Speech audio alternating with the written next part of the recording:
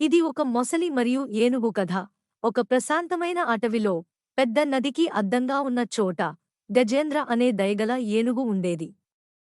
ప్రతి ఉదయం అతను నది ఒడ్డుకు వచ్చి నీరు తాగి, ఉదయపు సూర్యోదయాన్ని చూసి ఆనందించేవాడు.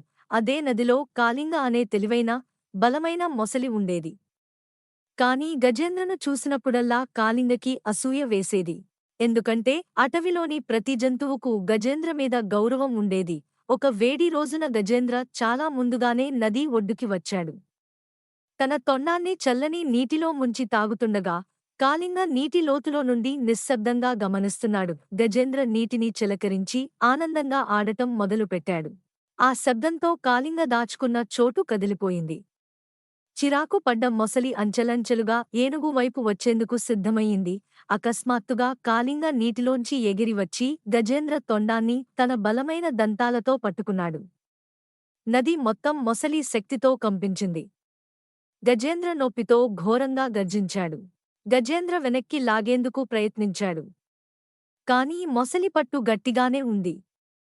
ఏనుగు తన భారీ కాళ్లను బురదలో బిగించి, మొత్తం శరీర శక్తిని పెట్టి లోపలికి లాక్కొనకుండా ప్రతిఘటించాడు. గజేంద్ర ఆర్తనాదం విని అటవిలోని జంతువులు పరుగెత్తుకుంటూ నదీ ఒడ్డుకి వచ్చాయి. కోతులు చెట్లపై అరుస్తూ, జింకలు భయంతో నిలబడి, పక్షులు పైనుంచి చుట్టూ తిరుగుతూ గజేంద్ర కోసం ప్రార్థిస్తున్నాయి. చివరికి గజేంద్ర తన చివరి శక్తిని కూడగట్టుకుని భారీగా లాగాడు. ఒక్కసారిగా మొసలి పట్టు విడిపోయింది. కాళింగ ఆశ్చర్యపడి కొట్టుకుపోతూ మళ్లీ నీటిలోకి వెళ్ళిపోయాడు. గజేంద్ర వెనక్కి జారిపోయినా నిలబడగలిగాడు.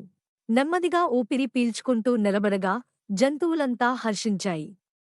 కాళింగ లోతైన నీటిలో దాగి ధైర్యం, సహనం, వివేకం ముందు ఒంటరి బలం పనికిరాదన్న నిజం గ్రహించాడు. ఆ రోజు తర్వాత గజేంద్ర నది దగ్గర జాగ్రత్తగా ఉండేవాడు.